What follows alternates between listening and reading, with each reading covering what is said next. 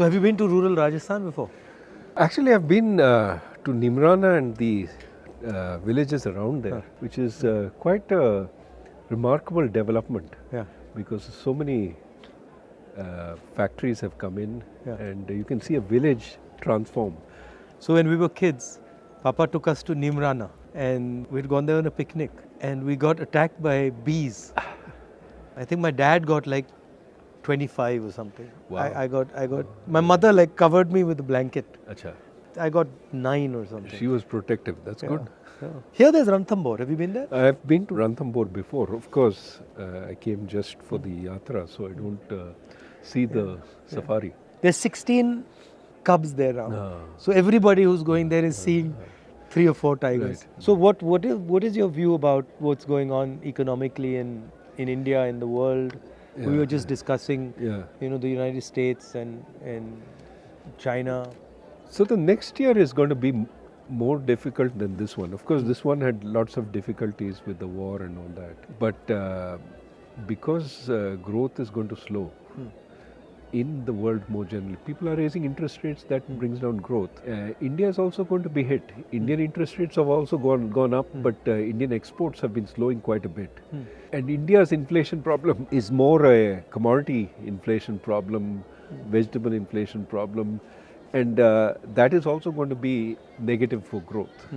So I think that we would be lucky if we do 5% next year. See, the problem with the growth numbers is that you have to understand what you're measuring with respect to. If you had a terrible quarter last year and you're measuring with respect to that, you look very good. So ideally what you do is look before the pandemic in 2019 and look at now. And if you look at 2022 vis-a-vis 2019, it's about 2% a year. That's too low for us. And what do you attribute that to? Pandemic was part of the problem, but we were slowing before the pandemic. We had gone from 9 to 5. And we haven't really generated reforms which will generate growth. इसमें हिंदुस्तान में एक और चीज़ हो रही है, 4-5 पूंजीपति बहुत अमीर हो रहे हैं और हर बिजनेस में वो जा पा रहे हैं और बाकी हिंदुस्तान जो है वो पीछे रह रहा है. जो किसान हैं, गरीब लोग हैं, उनका एक हिंदुस्तान बन रहा है और फिर ये 5, 6, 10, 15 लोग हैं जिनका दूसरा हिंदुस्तान बन रहा है. एक के सपने पूरे हो रहे हैं, एक के सपने नष्ट हो रहे हैं. तो ये इनइक्वालिटी जो बढ़ रही है, इसके बारे में हमें क्या करना चाहिए? ये तो बहुत बड़ी प्रॉब्लम है. सिर्फ वो इंडस्ट्रियलिस्ट के बारे में नहीं है. ये जो अपर मिडिल क्लास है, वो उनका तो आय बढ़ गया है पैंडेमिक में, क्योंकि वो घर से काम कर सकते थे. और जो गरीब लोग हैं उनको फैक्ट्री में जाना पड़ता था और फैक्ट्री बंद हो गई तो मासिक आय नहीं आई उनको. तो ये डिवाइड जो है पैंडेमिक में बढ़ गया.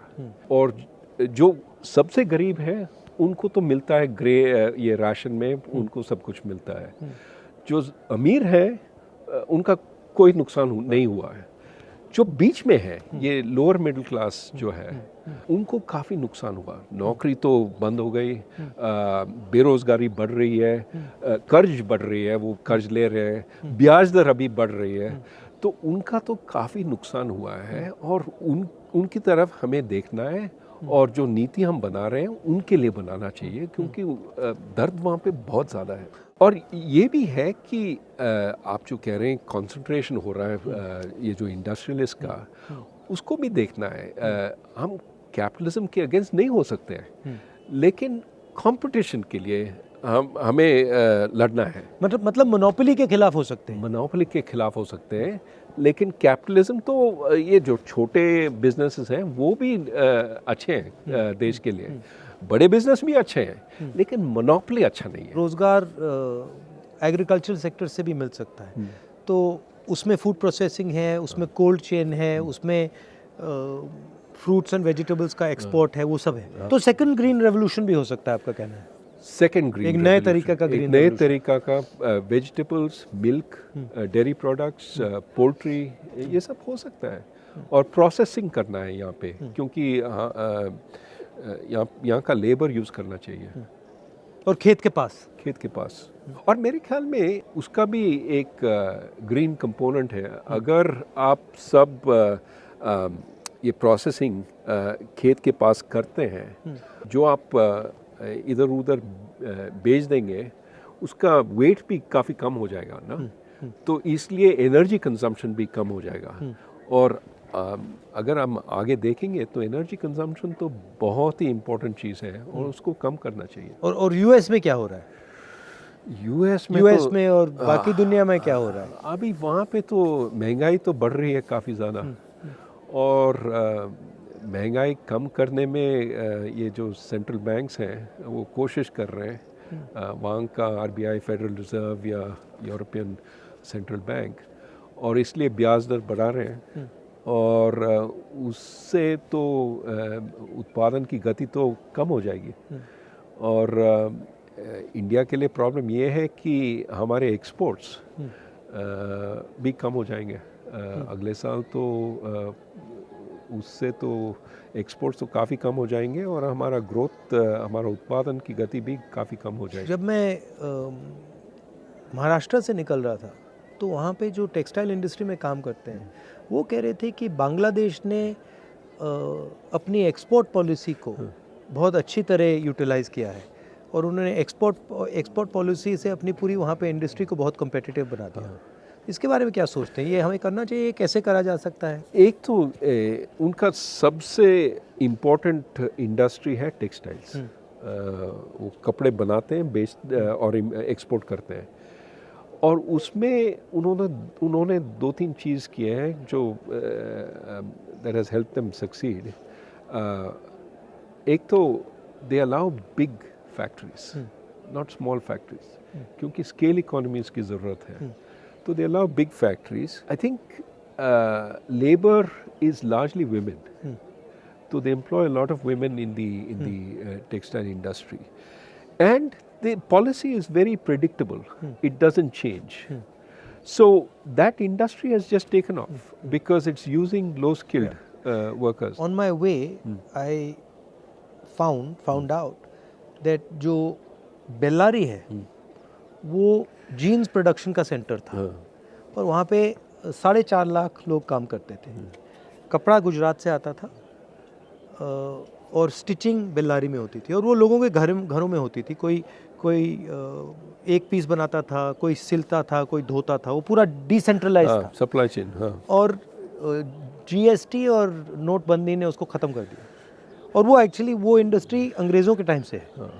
4.5 लाख लोग काम करते थे, आज वहाँ 50,000 लोग काम करते हैं, और वो सब मतलब ख़त्म हो गया। तो अपॉर्चुनिटी तो काफ़ी है, बट उसको फाइनेंस की ज़रूरत होती है, उसको सपोर्ट की ज़रूरत होती है। बहुत सारे क्लस्टर्स हैं हिंदुस्तान में जो अलग अलग चीज़ बनाते हैं, हर डिस्ट्रिक्ट में कोई ना कोई स्पेशलिटी होती है, तो उस पे फोकस करके, उनको मदद करके, उनको सपोर्ट देकर भी वहाँ पे इंडस्ट्री बनाई जा सकती है, बन सकती है। वो टेक्नोलॉजिकल सपोर्ट चाहिए, फाइनेंस, क्रेडिट लोन्स देना चाहिए उनको, और ये जो आप कह रहे हैं सर्टेनिटी अबाउट पॉलिसी, कि ऊपर नीचे नहीं जाएगा ये जो पॉलिसी, एक दिन आप एक्सपोर्ट नहीं कर सकते हैं, एक दिन हाँ एक्सपोर्ट ज़रूर कीजिए, नहीं, स्टेबिलिटी। तो मुझे एक बात समझाइए, आप RBI में थे,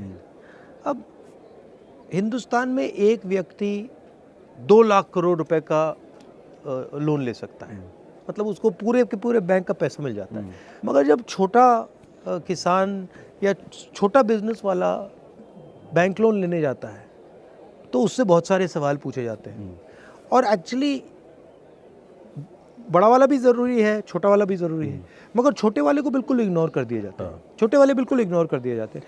तो ये होता क्यों है और इसको बदला कैसे जाए? अभी बदल सकते हैं, और ये जो आप पहले कह रहे थे इंफॉर्मेशन, ये जो छोटे जो बिजनेसेस हैं उनका तो एक वो तो बेचते हैं और एक रेवेन्यू स्ट्रीम है, उनका सेल्स है।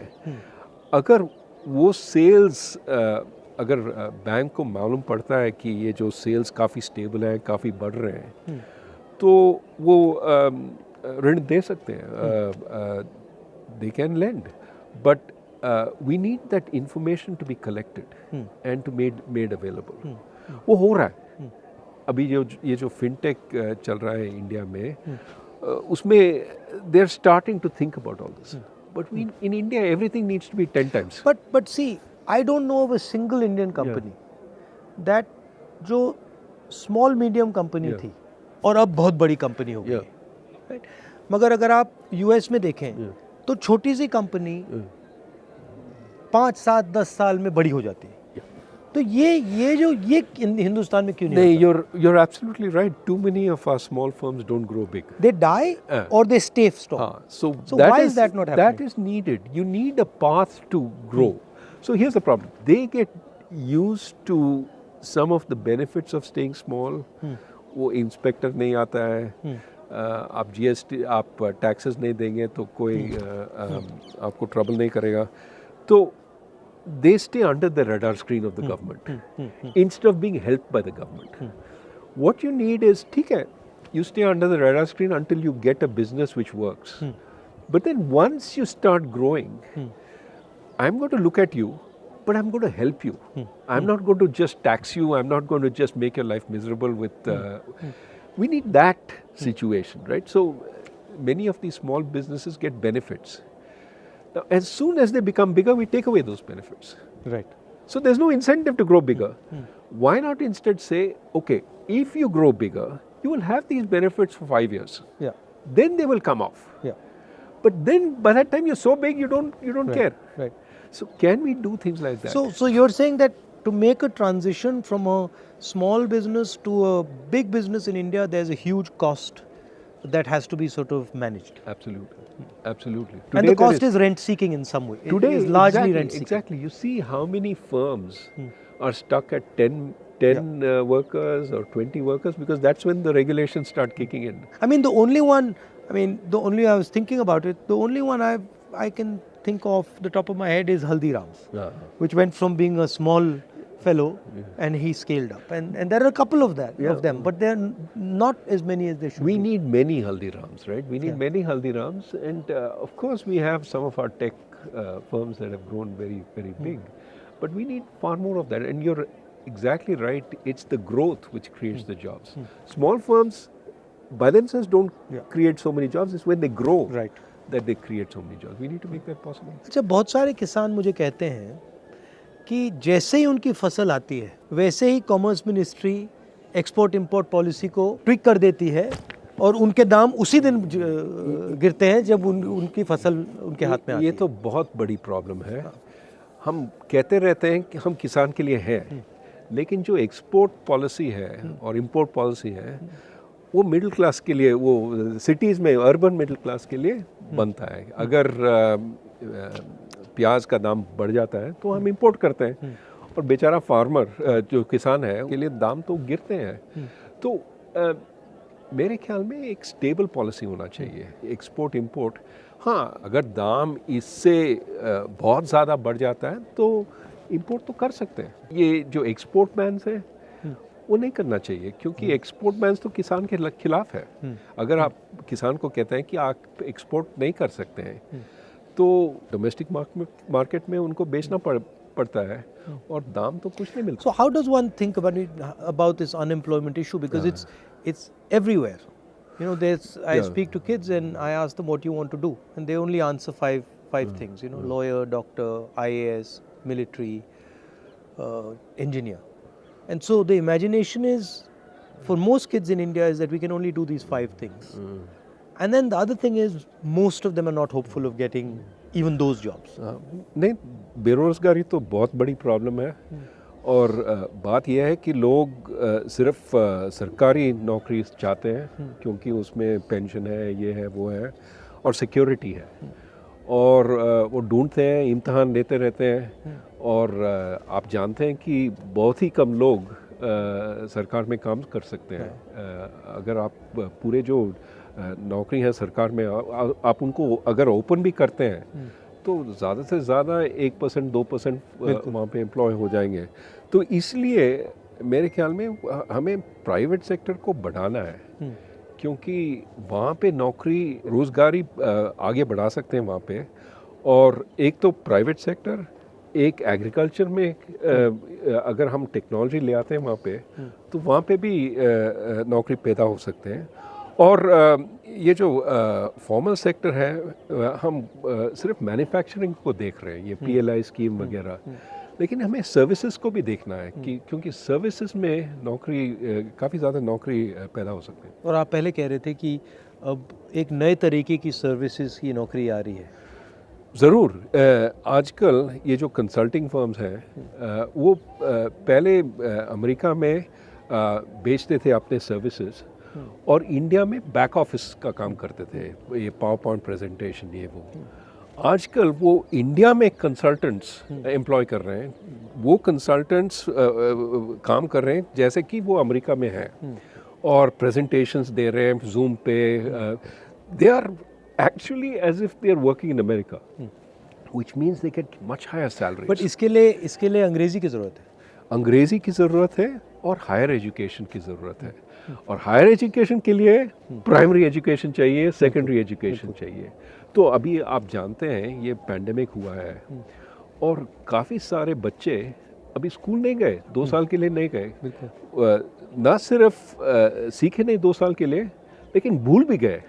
तो अभी देर 3 years behind there class, time ज़ाया हो गया उनका। हाँ, तो अब क्या करेंगे, हम उनको वापस ले आते हैं और we don't take into account कि they not able to deal with the class they're in. So the problem is we're going to suffer. These kids are not going to be able to do the high quality work.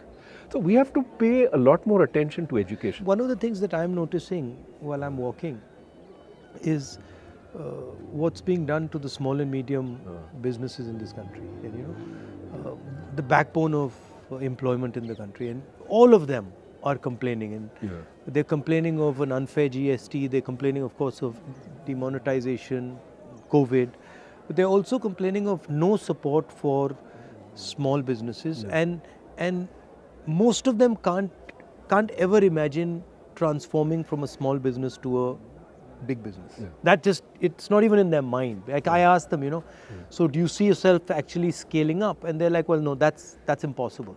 So how do you think about that issue? No, so we have gone about this process of maybe unintended formalization. Demonetization forced a lot of companies that were informal to go out of business. GST is forcing a lot of small companies that earlier didn't pay significant taxes. Now it's forcing them to pay taxes, and they're uncompetitive if they start paying taxes. So this dual economy is being shut down. And of course, you know, you need to create some reason for them to become formal. If, for example, they could get more credit from the bank as they became more formal, they could show their receipts, they could show but credit is also very slow right now. So the benefits of formalization are not there, the costs of formalization are there. Right. And so many of them are hurting. Now, what is true is as they shrink, our bigger firms are doing very well because they're occupying some of the space. So in a sense, the inequality between firms is increasing. You look at profitability amongst the big firms, it's very good. And they could also raise money during the pandemic, which our small firms couldn't. What you want is to give the small fellow a chance to sell and not put a whole lot of burden on him. The big fellow can take care of paying the taxes and all that. तो ये अगर आप हिंदुस्तान की history देखें, एक बहुत क्रांतिकारी कदम स्वतंत्रता आंदोलन से आया, उसके बाद हरी क्रांति हुई, उसके बाद सफ़ेद क्रांति हुई, उसके बाद जो कंप्यूटर रेवोल्यूशन हुआ, तो अब क्या रेवोल्यूशन हो सकता है? 2 तरह के रेवोल्यूशन है। एक तो मैं अभी हम बात कर रहे थे सर्विस रेवोल्यूशन। हम यहाँ से अमेरिका में काम कर सकते हैं without going to America. Okay, that is one. जैसे डॉक्टर हैं, they can provide telemedicine services to the US and earn a lot of foreign exchange. Our service exports are 250 billion. Just grow that. That will make us a superpower in exports. So एक वो है।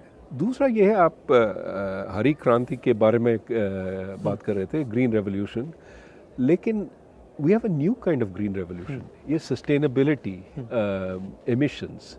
If we push on that, we can be at the frontier, building windmills, building solar plants, making our buildings green. And the most damage from climate change will be in South Asia. You've already seen Bangladesh suffer, you've seen Pakistan suffer. India is not far behind. We occupy the same territory. So we have to push very hard for a green revolution elsewhere. But also we can be at the forefront because everybody is trying to get in. We can make a lot of windmills, solar, because we have a huge demand. But we can also, innovate. And so I think there are lots of possibilities. But we should be forward thinking. मैं एक बार parliament में जा रहा था और parliament के वहाँ पे जो सिक्योरिटी गार्ड्स हैं उनसे मेरी दोस्ती है. तो मैंने उन एक सिक्योरिटी गार्ड से पूछा भाई क्या कर रहे हो. तो उसने मुझे कहा बहुत मज़ा आ रहा है. मैंने कहा क्या हुआ. उसने कहा मैंने अदानी के स्टॉक खरीदे हैं और उसके बहुत सारे पैसे बन रहे थे. मगर मैंने सोचा कि वो सैलरीड क्लास का है और ऐसा काम करना उसके लिए काफ़ी रिस्की है. मगर उसको रिस्क नहीं समझ आ रही. स्टॉक मार्केट बढ़ती जा रही है और मैं देखता हूँ टीवी पे देखता हूँ कि एडवर्टीजमेंट्स आते हैं कि भैया स्टॉक मार्केट में इन्वेस्ट करो. और जो सॉर्ट ऑफ रिलेटिवली फाइनेंशियली कमज़ोर लोग हैं वो भी इसमें वो अभी स्पेकुलेट कर रहे हैं. तो इसमें काफ़ी रिस्क होता है. तो इसके बारे में आपकी क्या राय है. जो रिटेल इन्वेस्टर है बिल्कुल नया है और मतलब थोड़ा सा पैसा है उसके पास, वो पूरा का पूरा इसमें डाल रहा है. ज़रूर वो समझते नहीं है. वो देख रहे हैं कि इसका रिटर्न बहुत ही अच्छा है तो इसमें हम पैसा डालेंगे. लेकिन प्रॉब्लम ये है कि वो एनालाइज नहीं करते कि रिटर्न क्यों है, कहाँ से आया. अभी आप देखते हैं अमेरिका में ये जो क्रिप्टो करेंसी का प्रॉब्लम है वहाँ पे भी रिटर्न बहुत ही ज़्यादा था. बिटकॉइन 2-3 पैसे के लिए बिकता था, $67,000 तक पहुँच गया. अरबपति बन गए बहुत सारे. तो और अभी गरीब फिर से हो गए ना, क्योंकि उसके बाद गिरा है. और ज़्यादातर गरीब लोग वो तब खरीदते हैं जब $67,000 पे है, मतलब हाइट पे. और फिर वो देखते हैं कि बस गिरता रहता है. क्योंकि ये जो अमीर लोग हैं वो तब बेचते हैं और जिनके पास इंफॉर्मेशन नहीं है, जिनके पास वो फाइनेंशियल सोफिस्टिकेशन नहीं है वो तब खरीदते हैं. मगर ये जो प्रॉब्लम है इंफॉर्मेशन का प्रॉब्लम, ये हमने स्टॉक मार्केट की बात की, मगर ये इंफॉर्मेशन का प्रॉब्लम मुझे लगता है, मतलब सड़कों पे चल के मैं सुन रहा हूँ, ये इंफॉर्मेशन प्रॉब्लम बहुत गहरी है, ख़ास तौर से गरीब लोगों में, किसानों में, गरीब लोगों में. ज़रूर उनको इंफॉर्मेशन मिलती नहीं है, दी नहीं जाती है. इसलिए हम कहते हैं कि कंज्यूमर प्रोटेक्शन होना चाहिए, कि उनको बताना चाहिए ये तुम्हारे हक हैं, these are your rights, and जो बेचते हैं they can not violate these rights. Are you enjoying this? It's nice. You like it? You know, how can you not enjoy this view? But also it's I think you're doing this सांप्रदायिक एकता और शांति के लिए आप पदयात्रा पे जा रहे हैं. I think that is something the country needs, regardless of what political party you're in. It has to be, Bharat को जोड़ना है. बिल्कुल. एंड पीस और शांति से, भाईचारे से फ़ायदा होता है. और अगर आप सोचेंगे, कोई कह रहा था कि आपने एक भाषण में ये कहा था कि which house can stand when the brothers are fighting? Yeah, it can't. They have to be, you have to have internal harmony to have external security. ये काफ़ी लोग कह रहे हैं हाँ we can fight internally, we will suppress this minority, suppress that, and we will be strong outside. नहीं हो सकता है. नहीं, ये एक बात है, मगर दूसरी बात जो उतनी ही ज़रूरी है कि आज की दुनिया में जहाँ अमेरिका, चाइना, यूक्रेन, सब जगह नफ़रत फैल रही है, उस दुनिया में हिंदुस्तान रास्ता दिखा सकता है. ज़रूर. और हिंदुस्तान बहुत बड़ा रोल प्ले कर सकता है. ज़रूर. और ये हमारी हिस्ट्री है, हमारा ये कल्चर है और ये हमारी स्ट्रेंथ है. और लोकतंत्र भी हमारा स्ट्रेंथ है। और मेरे ख्याल में काफ़ी लोग काफ़ी देश हमारी ओर देख रहे हैं कि इंडिया का क्या कहेगी, इंडिया क्या एग्जाम्पल सेट करेगी। और इसलिए हमें सोचना चाहिए कि हम क्या कर रहे हैं और किस दिशा में जा रहे हैं।